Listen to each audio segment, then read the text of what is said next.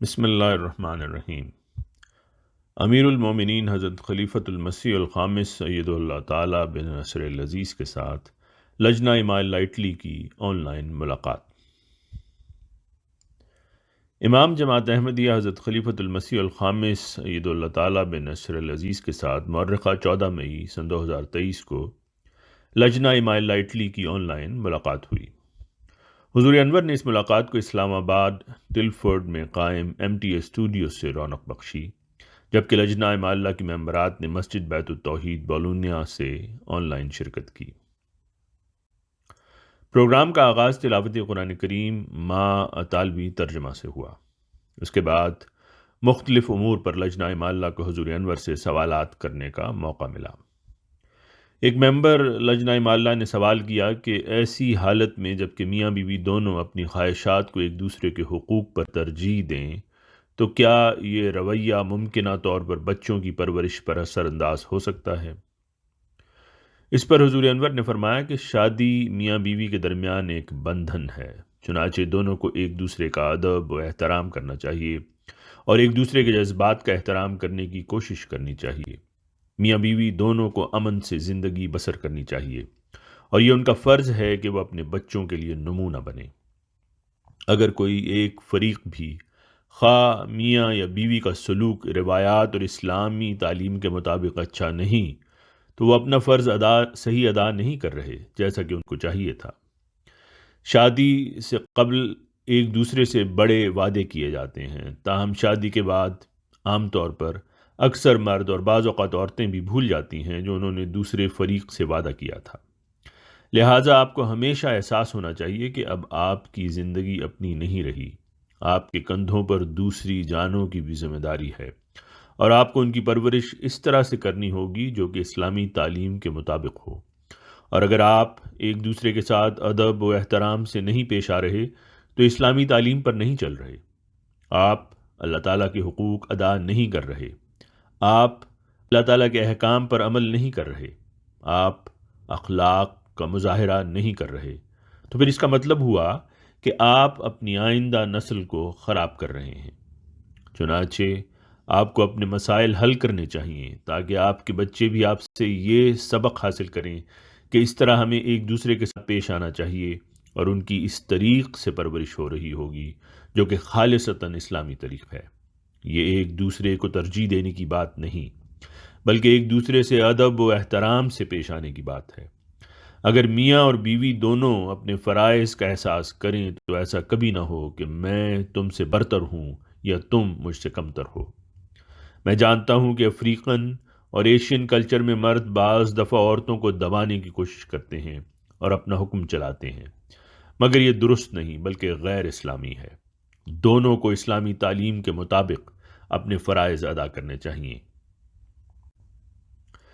ایک سوال کیا گیا کہ سورہ المنافقون کا سبب نزول کیا ہے، اور اگر ہم کسی احمدی میں منافقت محسوس کریں، جماعت اور اس کے بانی کی بے توقیری کرتا ہو، بے جا باتیں بھی کرے اور شک کرتا ہو کہ جماعت سچی ہے یا نہیں، اور اس کے بات کرنے کے انداز سے محسوس ہوتا ہو کہ وہ نہ تو یہاں کا ہے اور نہ وہاں کا، اور جماعت سے خود نکلنے کی جرت بھی نہ رکھتا ہو، کیا ہمیں چاہیے کہ جماعت کو اس کی شکایت کریں یا پھر معاملہ خدا پر چھوڑ دیں؟ اس پر حضور انور عید اللہ نے فرمایا کہ منافق تو ہر زمانے میں ہوئے۔ حضرت صلی اللہ علیہ وسلم کے زمانے بھی منافقین تھے اور منافقوں کا سردار عبداللہ بن ابی بن سلول تھا۔ حضرت صلی اللہ علیہ وسلم پتہ ہونے کے باوجود اس کی منافقت سے صرف نظر فرماتے رہے۔ اللہ تعالیٰ نے اس کے مرنے پر فرما دیا کہ یہ منافق ہے اور تو چاہے جتنی مرضی اس کے لیے مغفرت کی دعا مانگے، قبول نہیں ہوگی۔ منافقوں کے بارے میں اللہ تعالیٰ نے فرمایا کہ وہ جہنم کے سب سے نچلے درجہ میں ہوں گے۔ منافقت تو ہر زمانے میں رہی اور اب بھی بعض لوگ ایسے ہیں کہ لیکن منافق کہتے ہی اس کو ہیں جس میں کھل کے اپنے اظہار کی جرت نہ ہو۔ وہ سامنے کچھ کہتا ہو، جماعتی عہدیداروں سے یا مخلصین سے ملے تو اس کا نظریہ جماعت یا خلافت کے بارے میں اور ہو، لیکن جب وہ اپنے دوستوں اور ہم خیالوں کے ساتھ بیٹھا ہو تو مختلف باتیں کرے۔ ایسے لوگ اگر ظاہر ہو جاتے ہیں تو جماعت پھر بھی ان سے اس لیے صرف نظر کرتی ہے کہ شاید ان کی تربیت ہو جائے۔ کوشش کی جاتی ہے کہ ان کی تربیت ہو جائے، لیکن جب دیکھا جاتا ہے کہ ان کے بگاڑ سے جماعت میں زیادہ فتنہ اور بے چینی پیدا ہو رہی ہے، تو پھر ان کو سزا دے کر جماعت سے نکالا بھی جاتا ہے۔ ہاں، اگر کوئی ایسا ہے جس کے بارے میں جماعت کو پتہ نہیں اور ایسی باتیں کر رہا ہے اور کسی کے علم میں ایسی باتیں آ رہی ہیں، تو جماعت سے اخلاص کا تقاضا یہی ہے کہ اس کے بارے میں بتایا جائے کہ یہ شخص ایسی باتیں کر رہا ہے، پھر اس کو بلا کے تحقیق بھی کر لی جائے اور پوچھا بھی جائے گا، اس پہ نظر بھی رکھی جائے گی، اور اگر پھر بھی وہ اپنی ایسی باتیں جاری رکھتا ہے تو اس کے خلاف جماعتی نظام کارروائی بھی کرتا اور کرے گا۔ ایک خاتون نے سوال کیا کہ اسلام عورتوں کو غلامی، ظلم اور دوسروں کی برائی سے آزاد کرنے کے لیے آیا ہے۔ آپ کی ان لوگوں کے بارے میں کیا رائے ہے جو عورتوں کے ساتھ ظلم کرتے ہیں اور ان پر کوئی رحم و کرم نہیں کرتے، چاہے بیٹی، بیوی یا بہن ہی کیوں نہ ہو؟ اس پر حضور انور عید اللہ تعالیٰ بن نصر العزیز نے فرمایا کہ جو لوگ ظلم کرتے ہیں وہ ظالم ہیں اور وہ اللہ تعالیٰ کی پکڑ میں آئیں گے۔ اللہ تعالیٰ مردوں کو اگر قوام بنایا ہے، اگر اللہ تعالیٰ نے اگر مردوں کو قوام بنایا ہے تو ان پہ ذمہ داریاں بھی ڈالی ہیں اور ان کو یہ کہا ہے کہ تم نرمی اور پیار کا سلوک کرو، لیکن لوگ تو بعض دفعہ اپنی بیویوں اور بیٹیوں کو بھی ظالموں کی طرح مارتے ہیں، بلکہ بعض ایسے کیس بھی میرے سامنے آ جاتے ہیں کہ ماں بہن سے بھی صحیح سلوک نہیں کرتے، تو ایسے سب لوگ ظالم ہیں۔ حضرت مسیح موعود علیہ الصلوۃ والسلام نے فرمایا کہ ہم ایسے شخص کو انتہائی نامرد سمجھتے ہیں جو اپنی بیویوں پر اس طرح ظلم کرتے ہیں اور ہمارا ان سے کوئی تعلق نہیں۔ ایک دفعہ حضرت مسیح موعود علیہ السلام مجلس میں بیٹھے ہوئے تھے، کسی احمدی شخص کے بارے میں یہ پتہ لگا کہ اس نے اپنی بیوی پہ ظلم کیا ہے، تو آپ علیہ السلام بڑے سخت ناراض ہوئے، اور اتنے ناراض ہوئے کہ وہ صحابی جو پاس بیٹھے ہوئے تھے وہ کہتے ہیں کہ ہم نے آج تک کبھی آپ کو اتنے غصے میں نہیں دیکھا تھا۔ پھر ایک اور صحابی تھے، وہ بھی اپنی بیوی سے سرسری سا سلوک رکھا کرتے تھے، کبھی کوئی نرمی اور پیار کا سلوک نہیں کیا، جب بھی بات کرنی تو سخت لہجے میں ہی کرتے تھے۔ وہ پہلے بازار گئے، وہاں سے کچھ چیزیں بیوی کے لیے بطور تحفہ خریدی، پھر گھر آئے اور بیوی کو تحفہ دیا اور بڑے پیار اور لجاجت سے اس سے باتیں کرنے لگی۔ بیوی نے بڑا حیران ہو کر پوچھا کہ آج کیا ہو گیا ہے، آپ کی طبیعت ٹھیک تو ہے؟ آپ کا مزاج بڑا بدلا ہوا ہے۔ تو کہنے لگے کہ آج میں حضرت مسیح موعود علیہ الصلوۃ والسلام کا غصہ دیکھ کر آیا ہوں، اس کے بعد آئندہ سے میری توبہ کہ میں تم سے سختی سے بات کروں۔ تو اس طرح جن کی اصلاح ہونی ہوتی ہے ہو جاتی ہے۔ بہرحال جو بھی ظلم کرتے ہیں وہ ظالم ہیں، اور اگر یہاں نہ بھی پکڑے جائیں تو اگلے جہان میں اللہ تعالیٰ ضرور ان کو سزا دے گا۔ اس لیے عورت کو بھی دعا کرنی چاہیے کہ اللہ تعالیٰ انہیں صبر دے، ان مردوں کے ظلم سے نجات دے اور ان کی اصلاح بھی کرے۔ ایک سوال کیا گیا کہ حضور انور عید اللہ اکثر رات کو اپنے خیال میں دنیا کے مختلف ممالک کی جماعتوں کو یاد کرتے ہیں، تو جب آپ کے خیال میں اٹلی آتا ہے تو ہم اطالوی لوگوں کے بارے میں کیا سوچتے ہیں؟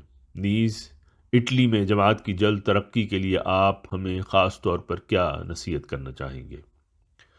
اس پر حضور انور نے فرمایا کہ جس طرح ساروں کے لیے دعا کرتے ہوئے ان کی طرف توجہ پھیرتا جاتا ہوں، اٹلی جماعت کے لیے بھی یہی سوچتا ہوں کہ اللہ تعالیٰ انہیں اپنی حفاظت میں رکھے اور ہر پریشانی سے بچائے، اور وہ آرام سے رات کی نیندیں سوئیں اور صبح تازہ تم ہو کر اٹھیں، پھر اللہ کو یاد کریں اور نیکیوں میں آگے بڑھنے والے ہوں۔ اللہ تعالیٰ ان کو ہر شر سے بچائے۔ مختلف دعائیں ہیں، اسی طرح میں آپ لوگوں پر پھونکیں مار دیتا ہوں۔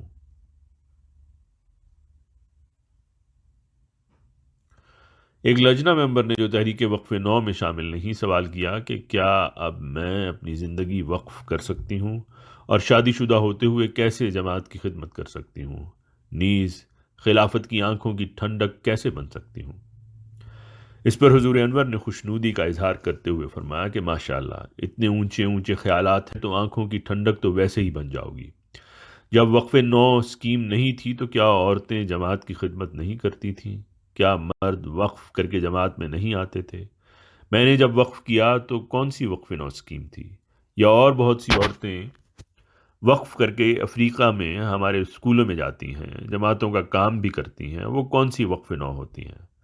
آپ لوگ جب جماعت کا کام کرتے ہیں، لجنہ کا کام کریں، تبلیغ کا کام کریں، حضرت مسیح موعود علیہ الصلوۃ والسلام کی تعلیم پر عمل کریں، قرآن کریم، حدیث اور اسلام کا علم حاصل کریں، اور جو تعلیم حضرت مسیح موعود علیہ السلام نے ہمیں قرآن اس حدیث کی تعلیم کی روشنی میں دی ہے، اللہ تعالیٰ کے حکم کے مطابق اس پر عمل کرنے کی کوشش کریں، تبلیغ کریں، تو آپ خدمت اسلام کر رہی ہیں۔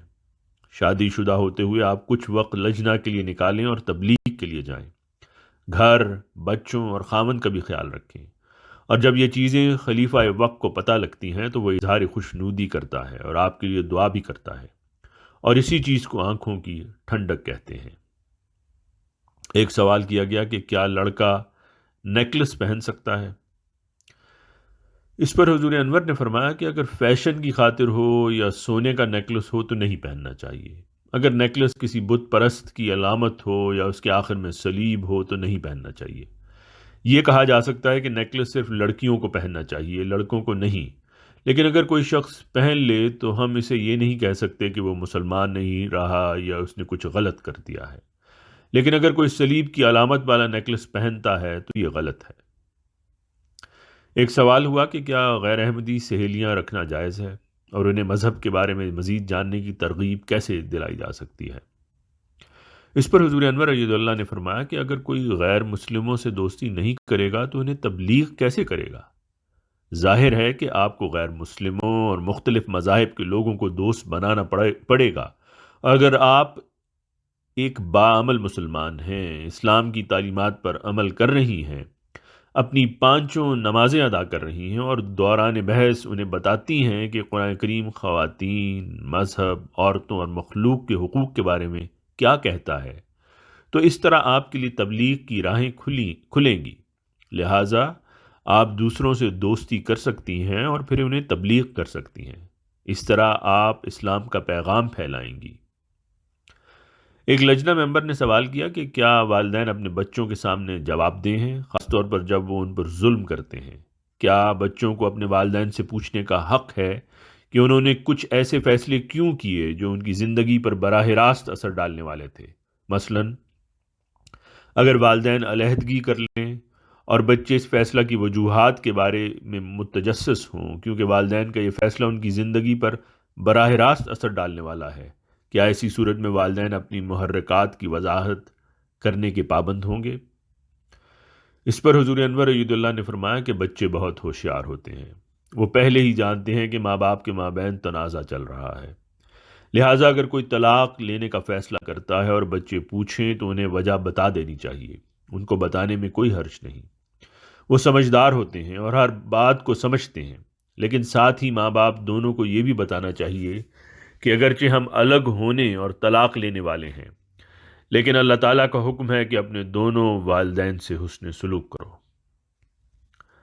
سوال کرنے والی خاتون نے مزید استفسار کیا کہ کیا عورت اپنے آپ کو نکاح میں برابر کا شریک سمجھ سکتی ہے؟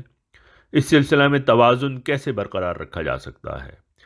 جیسا کہ بعض صورتوں میں مرد عورتوں پر برتری جتاتے ہوئے بعض کاموں کو بالخصوص خواتین سے پورا کرنے کی توقع رکھتے ہیں۔ اس پر حضور انور رضی اللہ تعالیٰ بن نصر العزیز نے فرمایا کہ اللہ تعالیٰ فرماتا ہے تم دونوں میاں بیوی کے برابر حقوق ہیں۔ میں نے کئی مواقع پر لجنہ سے خطابات میں اس مسئلہ پر بات کی ہے۔ اپنی صدر لجنہ سے وہ اقتباسات حاصل کریں، ان سے آپ کو مدد مل جائے گی۔ جہاں تک آپ کے حقوق اور آزادی کا تعلق ہے، یہ درست ہے، آپ برابر کے شریک ہیں، آپ کو مساوی حقوق حاصل ہیں، لیکن اس کے ساتھ ہی اسلام نے شوہر اور بیوی دونوں کے لیے کچھ کام مختص کیے ہیں۔ شوہر گھر کے معاملات چلانے کا ذمہ دار ہے اور اسے گھر کی روزی روٹی کا کفیل ہونا اور پیسے کمانے چاہیے۔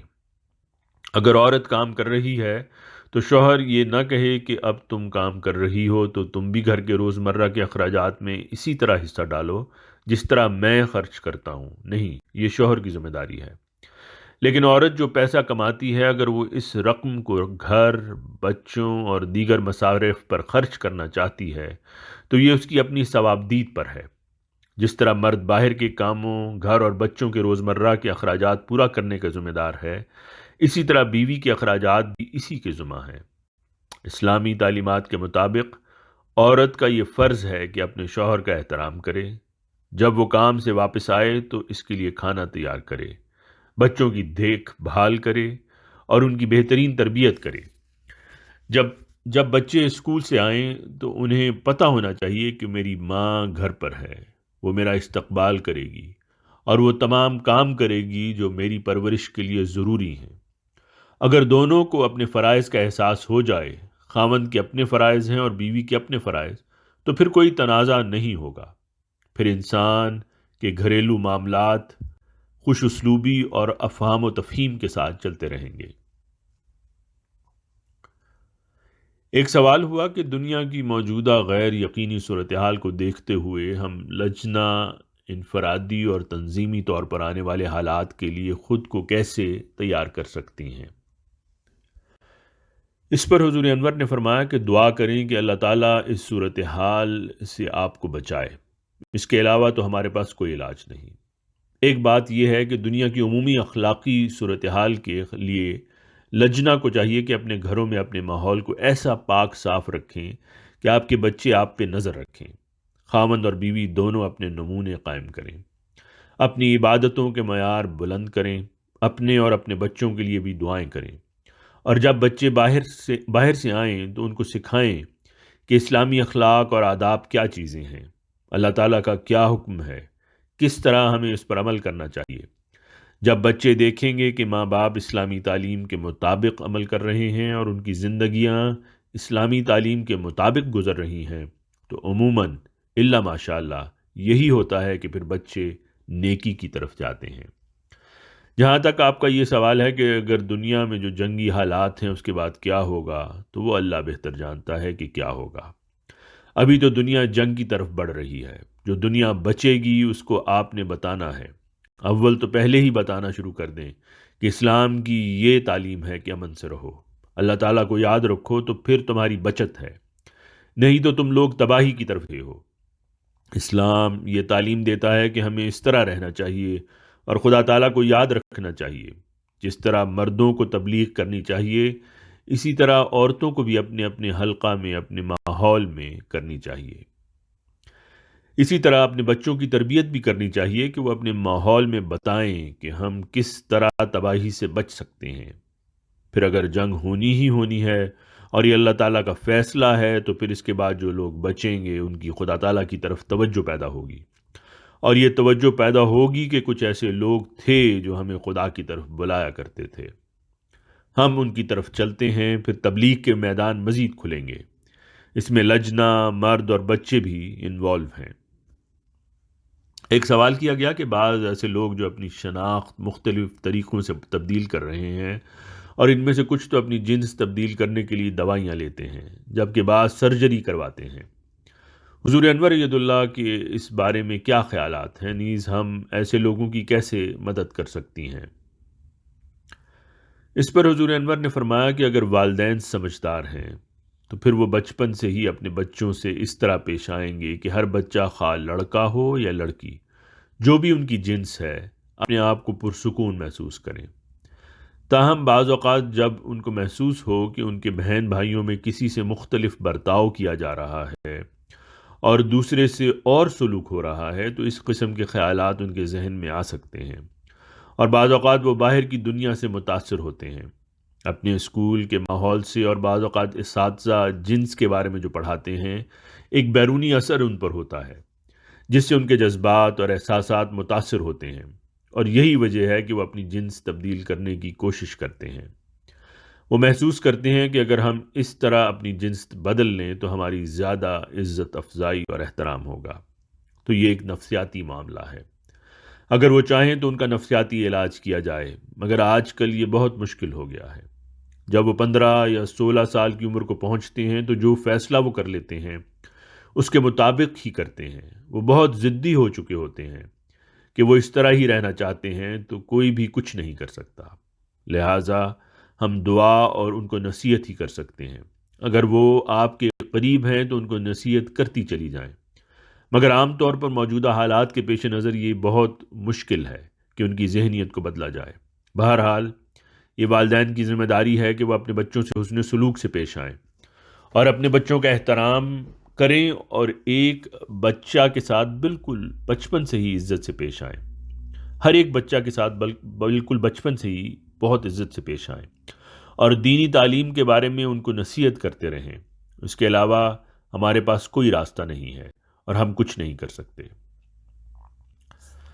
پھر سوال ہوا کہ لجنہ امالہ کی طرف کی ایک ممبر کی طرف سے کہ کیا خاوند کو اپنی بیوی کو جیب خرچ دینا چاہیے؟ اس پر حضور انور نے فرمایا کہ بالکل دینا چاہیے اور فکس ہونا چاہیے۔ میرے پاس تو جو لوگ آتے ہیں ان کو کہہ دیتا ہوں کہ اگر خاوند نہیں دیتا تو اس کی جیب میں سے نکال لیا کرو۔ بعض لوگوں کا مجھے پتہ ہے کہ وہ زیادہ کماتے ہیں، جب میں کہوں کہ کتنا جیب خرچ دے رہے ہو تو کہہ دیتے ہیں کہ ہم 50 یورو دے رہے ہیں۔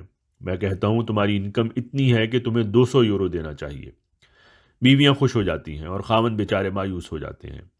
تو بہرحال جیب خرچ دینا چاہیے اور اس پہ بھی پھر خاوند کا کوئی اس پہ پھر خاوند کا کوئی حق نہیں، بیوی کا حق ہے، چاہے اس کو جمع کرتی جائے اور اپنا ریزرو بناتی جائے یا اپنی چیزوں پہ خرچ کرے۔ اس کا خاوند یہ نہیں کہہ سکتا کیونکہ میں نے تمہیں جیب خرچ دیا تھا، اب تم فلاں فلاں خرچ خود کرو۔ باقی خرچے تب بھی خاوند نہیں پورے کرنے ہیں، لیکن جیب خرچ بیوی نے اپنی مرضی سے خرچ کرنا ہے۔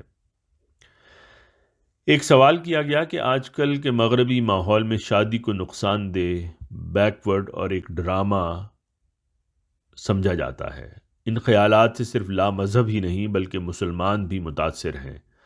ہم ایسے لوگوں کو دلائل سے کیا بتا سکتے ہیں؟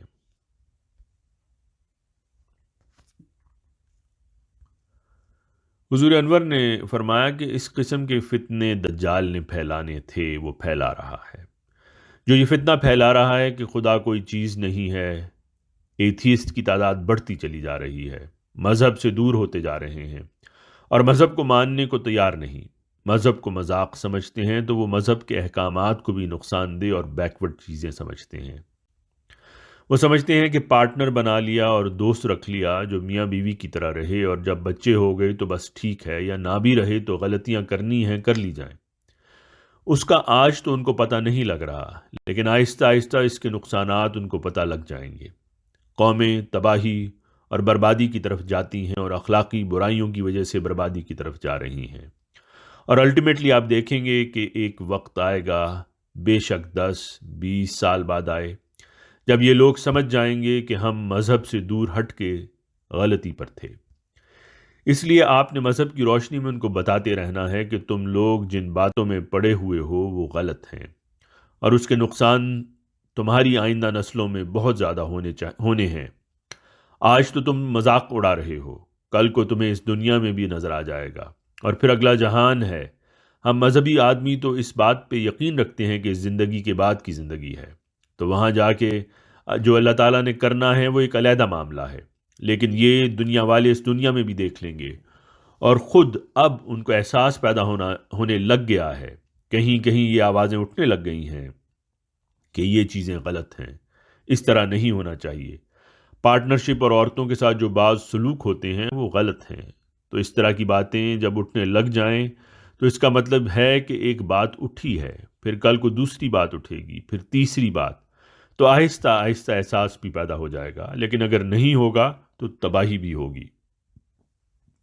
اس لیے ہم نے اپنا کام کرنا ہے کہ ان کو اسلامی تعلیم کی روشنی بتاتے رہنا ہے کہ یہ چیزیں جو تم لوگ کر رہے ہو یہ اخلاقیات سے بھی گری ہوئی ہیں اور قوموں کی تباہی کی طرف بھی لے کے جاتی ہیں، اور پہلی قومیں بھی اس طرح تباہ ہوئی ہیں۔ اس لیے اپنے آپ کو بدلو، یہ نہ سمجھو کہ ہمیشہ کی زندگی ہے، ایک شخص چند سال زندہ رہے گا اور عیاشی کر کے چلا جائے گا، لیکن قوموں کی زندگی اس سے برباد ہو جاتی ہے۔ تو بہرحال ہمارا کام سمجھانا ہے، سمجھاتے رہنا چاہیے۔ سوال کرنے والی نے عرض کی کہ وہ لوگ آگے سے کہتے ہیں کہ جس تیزی سے دنیا اور ماحول بدل رہا ہے تو تم لوگ ابھی بھی اسی چیز کو لے کے چل رہے ہو۔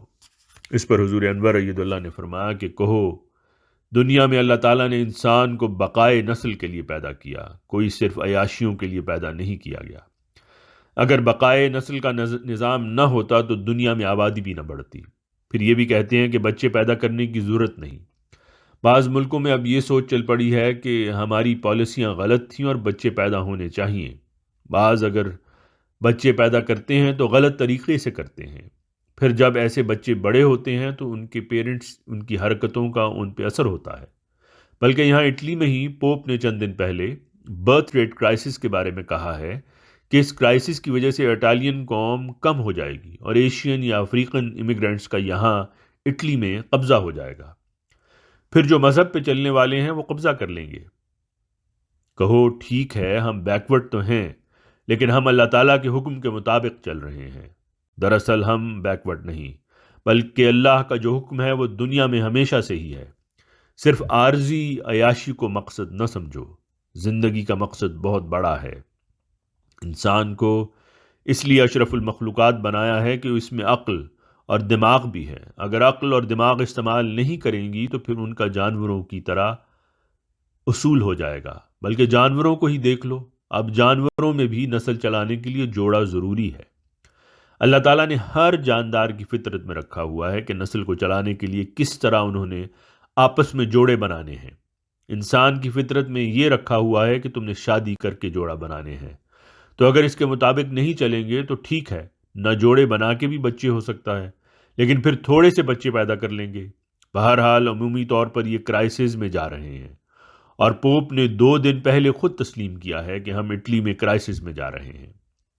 ان کو اپنی دلیلوں سے سمجھاؤ کہ تم لوگ خود ہی اس بات کو مانتے ہو، ہمیں کیا کہتے ہو، ہم تو مذہبی لوگ ہیں، ہم تو اللہ کے حکم کو مانیں گے کیونکہ ہم اس بات پر یقین رکھتے ہیں کہ اللہ تعالیٰ نے انسان کو عبادت، ایک دوسرے کے حق ادا کرنے، اچھے اخلاق اور بقائے نسل کے لیے پیدا کیا ہے، اور جب تک ہم اس اصول پر چلتے رہیں گے ہماری نسلیں بھی چلتی رہیں گی، ہم بہتر بھی ہوتے رہیں گے، اور تم لوگ کرائسس کا شکار ہو رہے ہو، اور آئندہ ایشین اور افریقن آ کر تمہارے پہ قبضہ کر لیں گے اور تمہاری نسلیں بھی ختم ہو جائیں گی۔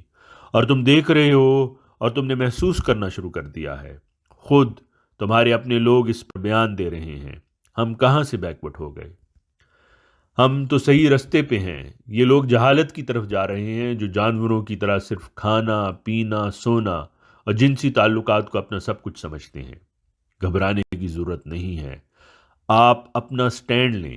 ہمارا مذہب سچا ہے اور ہم مذہبی تعلیم کے مطابق عمل کر رہے ہیں، اس لیے کسی سے گھبرانے کی کوئی ضرورت نہیں ہے۔ ان سے بحث کیا کریں، ان سے کہو تم غلط ہو، ہم صحیح ہیں، اور تم 20-25 سال بعد اس کا نتیجہ دیکھ لو گے۔ ہم نے دنیا کو اسی طرح فتح کرنا ہے، لجنا نے بھی کرنا ہے، گھبرائیں نہیں۔